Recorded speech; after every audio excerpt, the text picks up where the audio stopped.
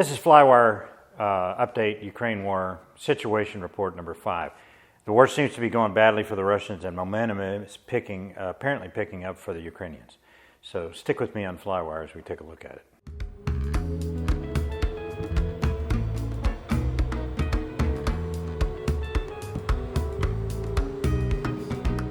Hi, I'm Scott Perdue, and today on Flywire, I'm going to cover the latest developments in the Ukrainian war. This war has now been going on for 41 days. The recent revelation of the civilian killings in Bucha is a case in point. It appears that some of the dead, particularly the ones on the street, have been there since before mid-March. The mass graves began to appear in satellite photos on 21 March in the churchyard. The last count I heard was 410 civilians found shot in Bucha. Many with their hands tied behind their backs, many of them on the street. About 280 were found in a trench at the churchyard, and this kind of treatment of the civilian population is what Nazi Germany did in World War II. It just is, and it's a terrible thing.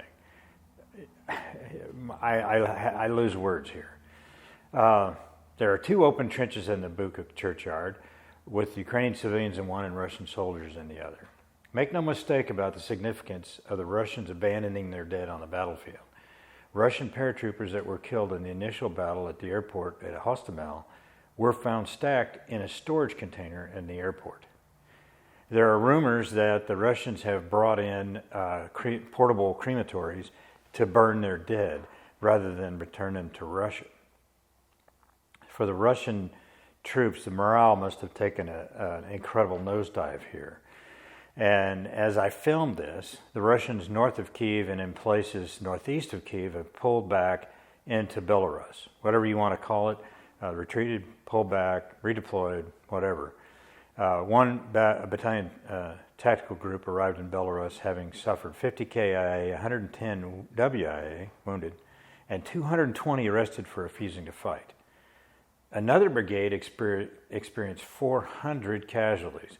Russian units have been devastated in this war. And among the things the Russians have done on their way out is widespread looting of civilian houses.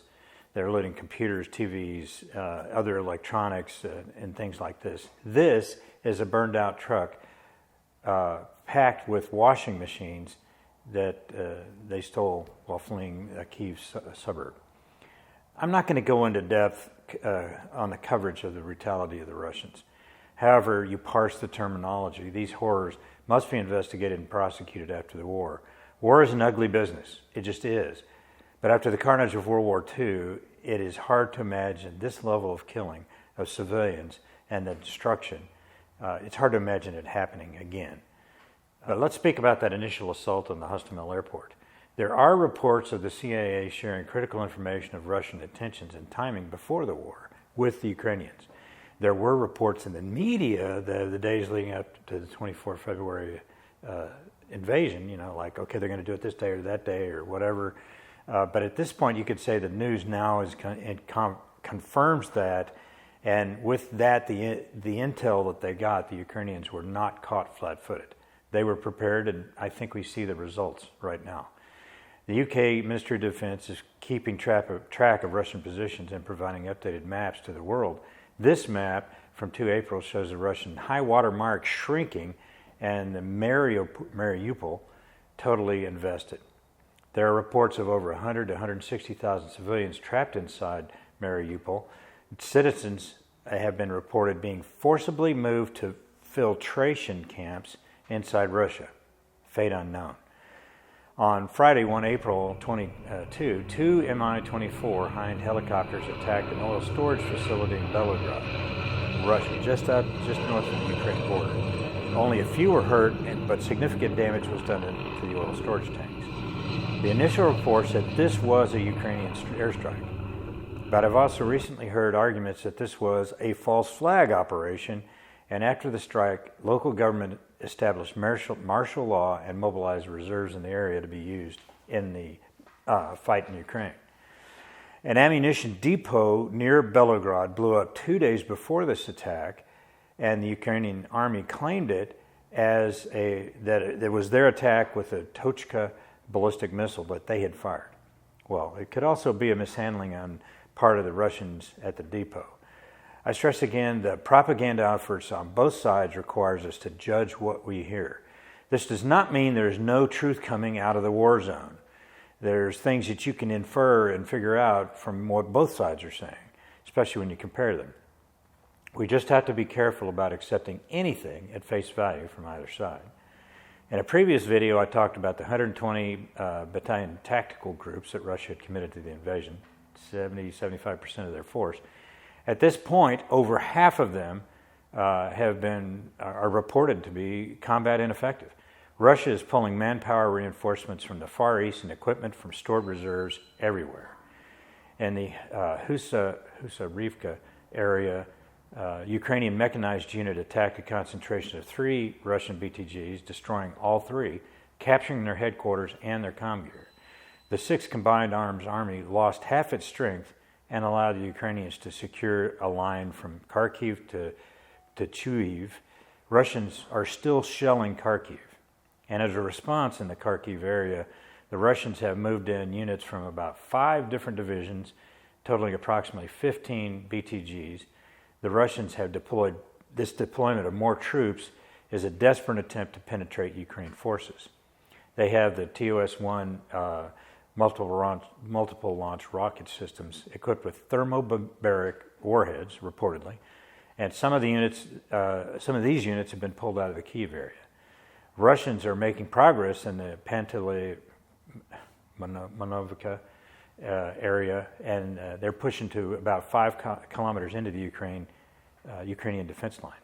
I'm expecting a big armor battle there, so all that talk is the day of the tank really over? Well, I kind of doubt it.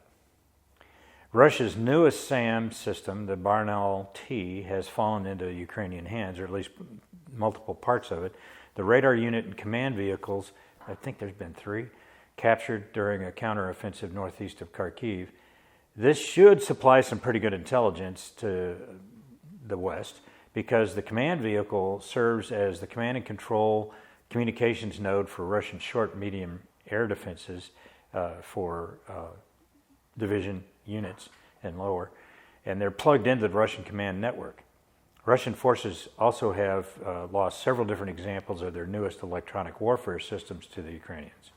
So they're using a lot of new equipment, and they're losing it on the battlefield.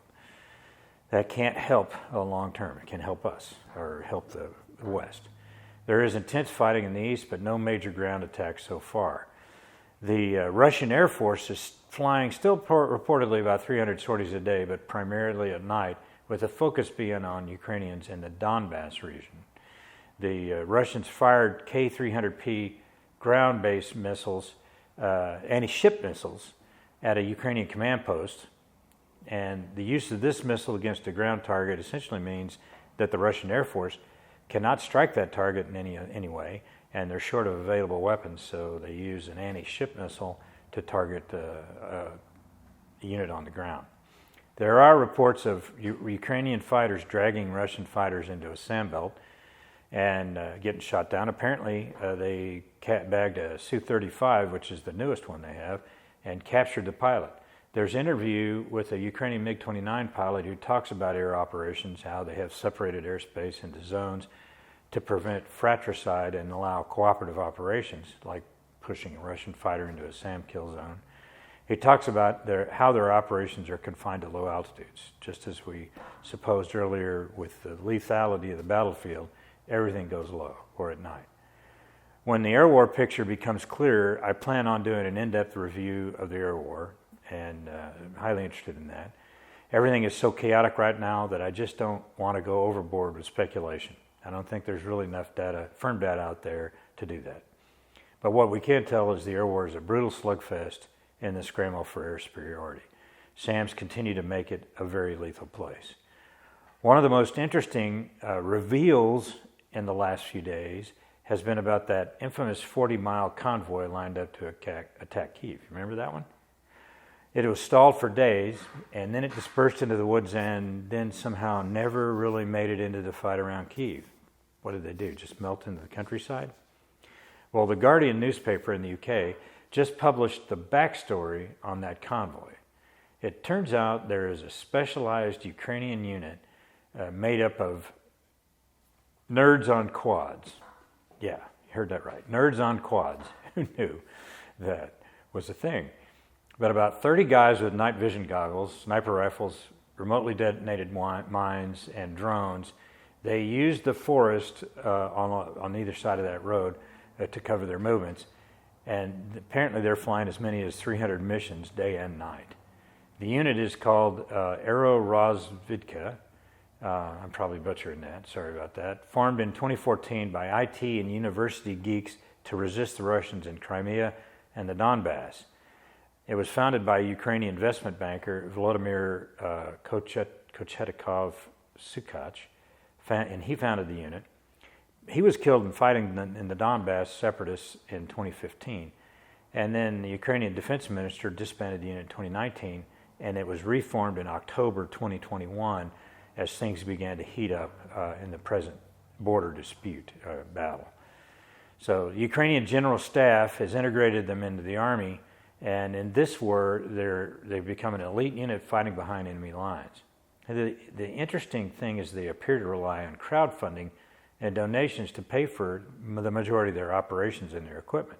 They're using U.S. and Canadian parts that are prohibited from being shipped to Ukraine. Ironic, isn't it? It is.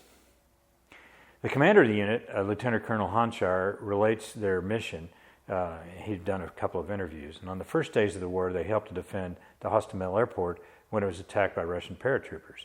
They located a company-sized unit of 200 paratroopers concealed in one end of the airfield and then targeted them with artillery, and that helped defend the airfield. The unit approached the advancing 40-mile convoy on either side of the road north of Kyiv in the forest and the area where the Russians weren't. And then when they stopped at night, they destroyed 2 or 3 vehicles at the front of the convoy, and that caused that huge backup. This stopped the convoy, and then they started attacking them on subsequent nights. They attacked again and again. They destroyed many trucks, and finally, the Russians broke the convoy into smaller units, hoping to infiltrate them into Kyiv. And by this time, the Aero-Razvedka had identified the logistics base for the convoy, and they attacked that. Their attack on the supply depot left the Russians without food, fuel, and ammunition. And then one of the reasons we heard so much about that kind of situation from what they did. And the report is also that the unit uses Starlink terminals to feed live spotting data to Ukrainian artillery units, and that makes them way more effective. And they also maintain reconnaissance on Russian unit movements, troop movements. The Russians are jamming their operations, and they search for radio missions to target the nerds on quad bikes. It's a dangerous business. I'm sure they've had quite a few losses. In war, both sides learn to respond to the tactics of the other side. Frankly, that's the only way you win, the only way you survive and win. The Russians keep up the jamming until they need to launch their own drones, because it has become a de facto eye of the battlefield here. And so the Aero-Razvedka then launches their drones at the same time once the jamming comes down, and then they go after the jamming vehicles as their first target. Sounds like a good plan to me. Honchar described this unit as like a hive of bees. One bee is nothing, but if you are faced with 1,000, it can defeat a big force. We are like bees, but we work at night. That's a quote, according to The Guardian. Southeast of Izium, the Russians are pushing into forested land held by the Ukrainian 95th Airborne, and the 95th claims to have ambushed one of the BTGs and inflicted heavy losses. This particular unit has been in almost daily combat since the beginning of the war, and that kind of gives you a picture about how heavily committed and intense the fighting is, especially in the east now. Mariupol is holding out, continues to hold out, and plain and simple, it's a thorn on the side of the Russians, and it's taken an enormous number of resources for them to deal with. The troops there just don't want to give up. Get on them. How it's going to end is worrisome. In another false flag operation, the Russians released a film of Ukrainians they claimed just surrendered. The Ukrainian Marines. The Russian claim was debunked by a member of the U.S. Navy Special Warfare Institute who looked at the film and figured out that these guys had not been in combat, not recently. This is just a summary of the things that are going on in the different areas of Ukraine. And I think what is happening is pretty much as we talked about in the first video in this series. The Russians' leveling campaign is in full force. Everywhere they've been, everything they've touched, and as far as their missiles can reach, they've just destroyed it. They have pulled out of the north and are being pushed out of the northeast, and so now they're concentrating on the east, the Donbass and Luhansk area, and Kherson. All that's heating up. With the success that the Ukrainians have had, they are pushing very hard with the supplies they're receiving from Europe and the U.S. Frankly, I think they're gambling on pushing the Russians out. The further, the better. The Russians, on the other hand, are doubling down and bringing up as many troops as they can. Their objective, as I see it, is to consolidate their hold on eastern Ukraine and to keep it through a negotiated peace.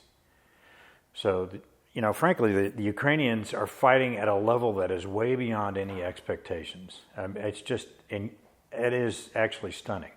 And giving enough supply and ammunition, they just might be able to blunt, if not turn back, Russian goals in the east. I know the question that's on everyone's mind. It's on mine too. Can they beat the Russians and throw them out of Ukraine? From a strategic point of view, that would be the best outcome for the Ukrainians. Given the massive size of the Russian army, frankly, I have my doubts they can achieve it.